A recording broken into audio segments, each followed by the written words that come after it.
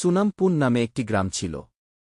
সেখানে ছিল একটি ঝরনা, সেখানে কিছু বাচ্চারা খেলাধুলা করছিল।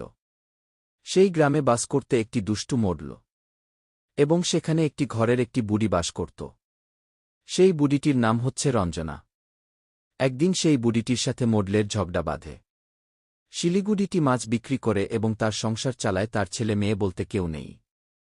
তো তার ঝগড়াটা বেঁধেছিল তার মাছের দাম নিয়ে। মোডল দুটি মাছ কিনেছিল এবং মাছের দাম ছিল একটা ৫০ টাকা করে। তাহলে দুইটাতে ১০০ টাকা হবে। এটা বলে বুড়ি মোডলকে বুঝাচ্ছিল, মানে রঞ্জনা বুঝাচ্ছিল, কিন্তু সেই মোডলটি বুঝতে চাইতেছিল না। একদিন সেই বুড়িটিকে মোডলের কিছু লোকজন মিলে তাকে হত্যা করে এবং সেই বুড়িটি মরে যায়।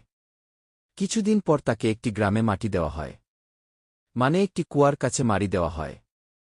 সেখান দিয়ে একদিন মোডল ফিরছিল, নেশা করে। সেখানে যখনই ডাইনি বলছিল মূল দেশে মেরে ফেলে। চলো বন্ধুরা, এখন দেখে নেওয়া যাক ডাইনিটি কি বলতে চাচ্ছে। আরে আমি সুন্দর মতো ভূতের ভিডিও বানাতে পারি না। যারা যারা আমার এই ভিডিওটা পছন্দ করেছো তারা লাইক করে দিও আর আমাকে উৎসাহ দিও আরো সুন্দর মতো ভিডিও বানানোর জন্য।